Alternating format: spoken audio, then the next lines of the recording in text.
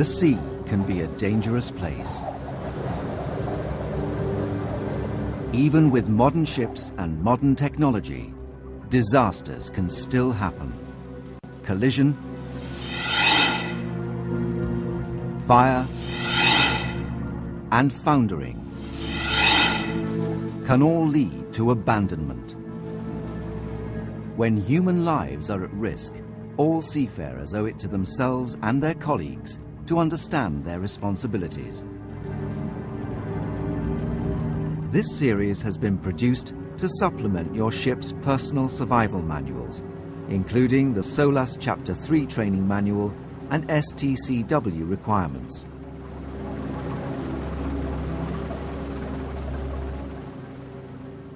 This video looks at enclosed lifeboats, free-fall lifeboats, and rescue boats.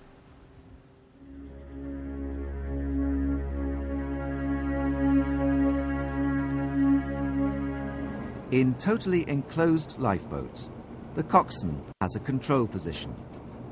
The boat is steered and the safety systems are operated from here. On some cargo ships, these lifeboats need to be lowered to the embarkation deck. But most totally enclosed lifeboats are boarded and launched from the stowed position. With all types of boat, once the crew have been mustered, the bridge is informed. With this lifeboat, the gripes are removed. The lifeboat is then boarded, the bottom plug set, and the painter passed out of the forward hatch and secured.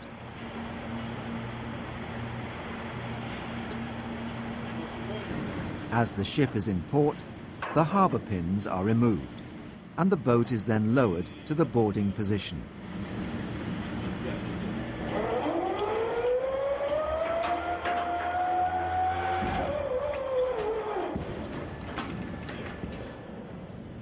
Once the order is received, the lifeboat is boarded.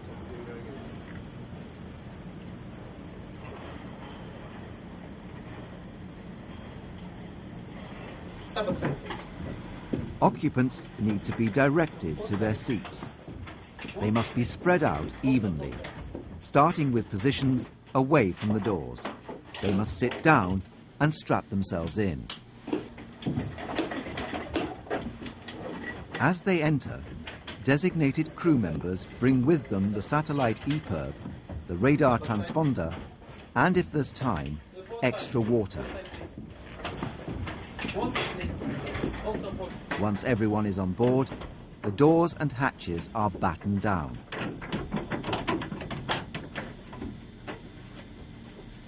Life jackets need to be worn by all occupants.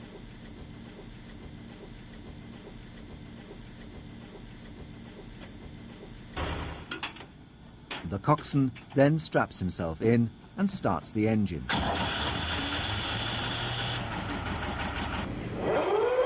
This boat is lowered from on board the ship.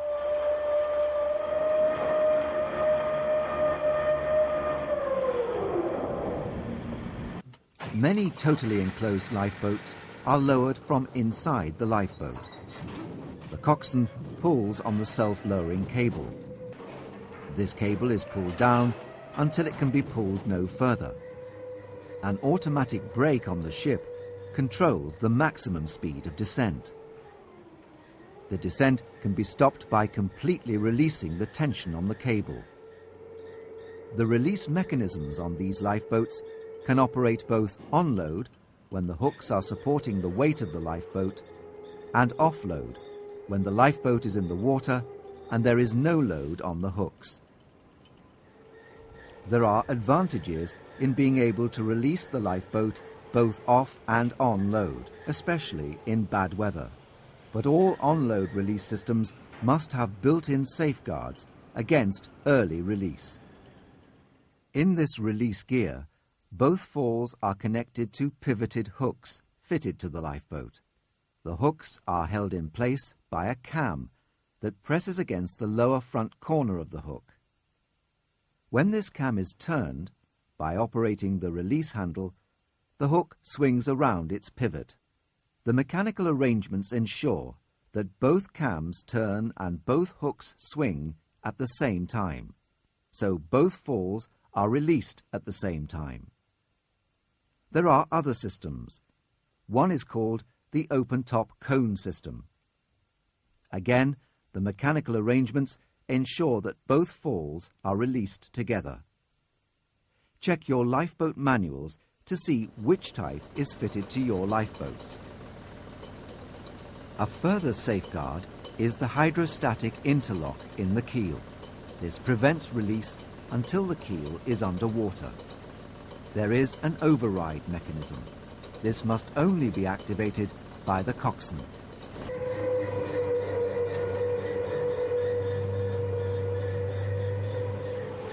In heavy seas, the coxswain should either use the on-load release method, stopping descent when the boat is 1 meter above the water and then releasing it, or use the offload release method by timing the descent so the boat enters in the trough of a wave. The coxswain pulls out the safety pin. When the lifeboat enters the water, the weight comes off the falls. The coxswain pulls back the release handle. This turns the cams, which release the hooks. The falls disconnect, and the lifeboat is now under its own power and the control of the coxswain. Different lifeboats have different systems. Make sure that you are familiar with the system on your lifeboats. As soon as the engine is running and the falls have been released, the painter is released. Like other essential operations, this must be possible from inside the lifeboat. If seasick pills haven't been handed out before, the coxswain orders them to be given out now. Good leadership is important in emergencies, and the coxswain must put himself in charge of the evacuees.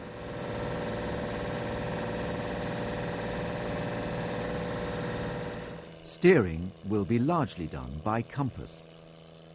The buoyancy of totally enclosed lifeboats means that they're not easy to handle. Regular training is vital for their coxswains. Once the lifeboat is in the water, the coxswain should steer to a safe distance from the abandoned ship, taking into account all prevailing circumstances. This is probably upwind and clear of the bow and stern. The occupants of the lifeboat must always stay sitting down and strapped in.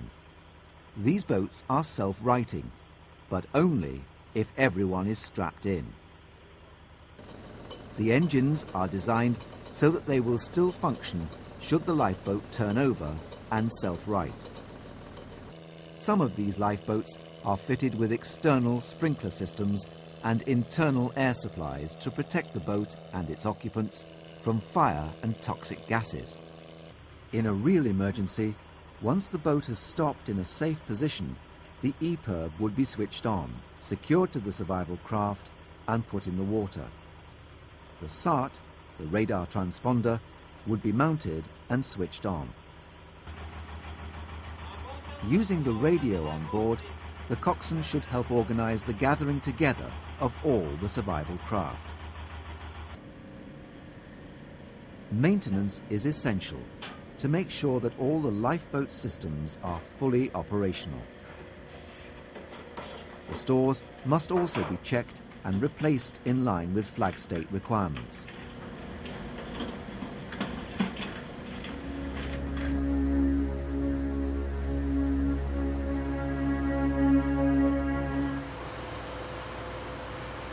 Free-fall boats are not lowered from davits, but descend directly into the water. They are always boarded in the stowed position. An officer prepares the lifeboat for launching by first releasing the chocks that secure the boat in place. The battery charging wire is then disconnected. The officer enters the lifeboat and switches the boat's electrical system to battery power. the crew musters in the normal way, but they must enter the lifeboat in an organized way. Space is restricted inside, so some ships are provided with inflatable life jackets. You need to know and follow the procedures on your ship. The steep angle at which they are boarded makes it essential that boarding is carried out calmly. Personnel in the boat must be distributed evenly. On some ships, everyone has a seat allocated to them, so they enter in seat order, those nearer the bow of the lifeboat first. If individual seats are not allocated, then the lifeboat crew will direct people to their seats. Once in their seats, it is essential to strap in properly. You will need to make sure that you're using the right strap for your seat. Many of these lifeboats have head restraints that must be worn.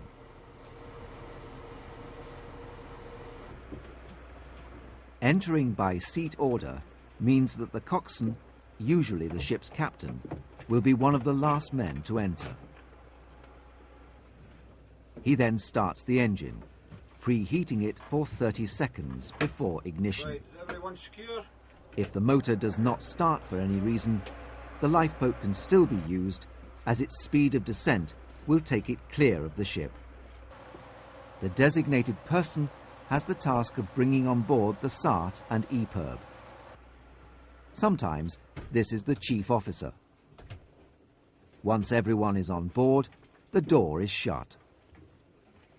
When everyone is seated, the coxswain checks the engine. He ensures that everyone is strapped in. He then operates the release handle and launches the lifeboat. Maintenance is important for free-fall lifeboats.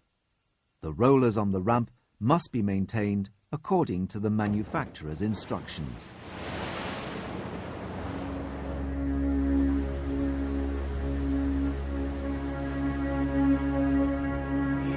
Passenger ships often carry partially enclosed lifeboats. The types of release gear are similar to those of totally enclosed boats, with onload and offload release possible.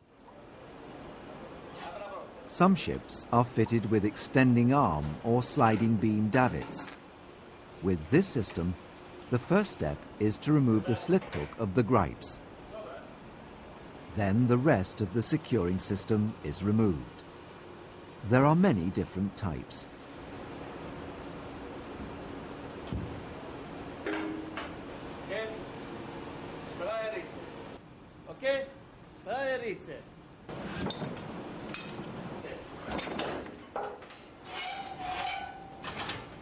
Then the winch operator, in this case also the leader of the party, lowers the lifeboat to the embarkation deck. Bowsing arrangements depend on the davit system. This particular lifeboat is self-bowsing and descends to the position of passenger embarkation. You need to understand the system on your ship. Once at the embarkation deck, the party opens the ship's rails and positions steps that will make it easier for passengers to board the lifeboat. The helmsman opens up the sides, enters and turns the main battery on. With this lifeboat, the external power supply automatically disconnects as it is lowered. Once the lifeboat has swung into the embarkation position, the bowsing gear is released. Then the passengers are embarked. The first passengers are placed furthest from the entrance, and they are directed to their places by the crew to get an even load. The wide side openings allow rapid evacuation of passengers. In passenger ship operations, there will usually be a lifeboat party who will lower the lifeboat. Once the order has been given, the boat is lowered, in this case by the winchman, although the boat can be lowered from inside. In training, the coxswain must release the hooks from inside the boat as this is the way it will need to be done in a real emergency.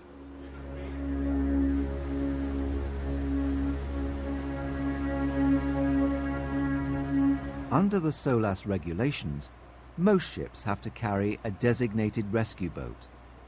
This can be a specially equipped lifeboat.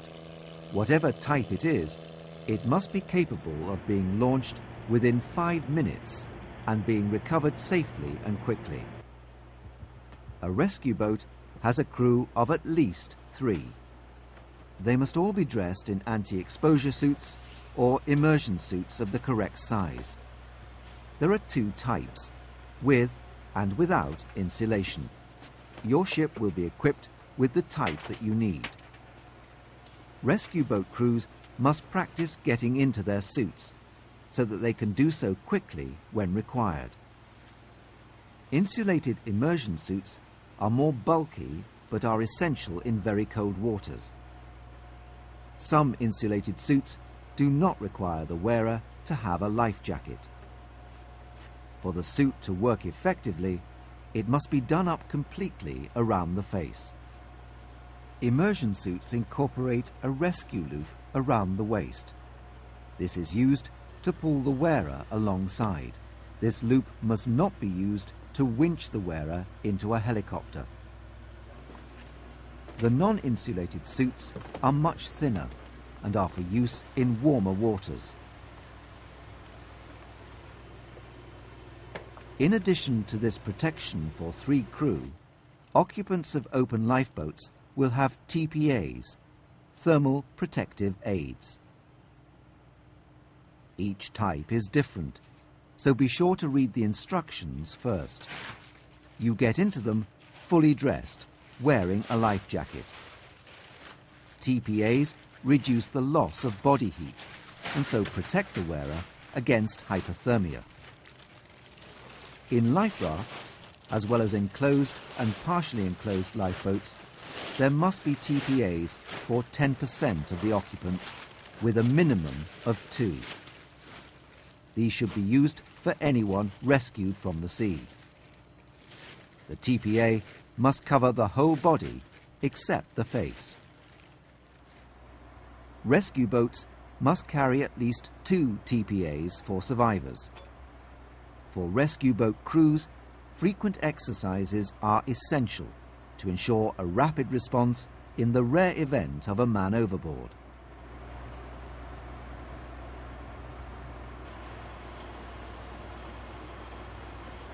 In this exercise, once the rescue boat is ready, the bridge is notified.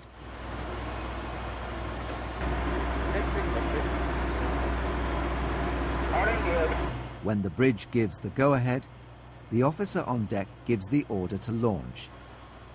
In a real emergency, immersion suits must always be fully zipped up.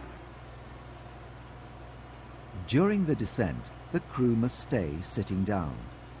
These boats are fitted with a release mechanism capable of both offload and onload release. Some are fitted with mechanisms similar to that seen earlier on the totally enclosed lifeboat. However, many administrations allow the use of a single hook attached to the fall, provided that it has multiple safety checks built into its operation. This rescue boat is fitted with such a system. In this exercise, the crew wait until the boat is in the water and use the offload release. It is safe to do this in these calm conditions. But if it is rough, it may be safer to operate the onload release, with the boat just above the water. Once in the water, the fall goes slack and the hook releases automatically. The cable falls away, and when the painter is released, the boat is free. Always watch out for the swinging fall block.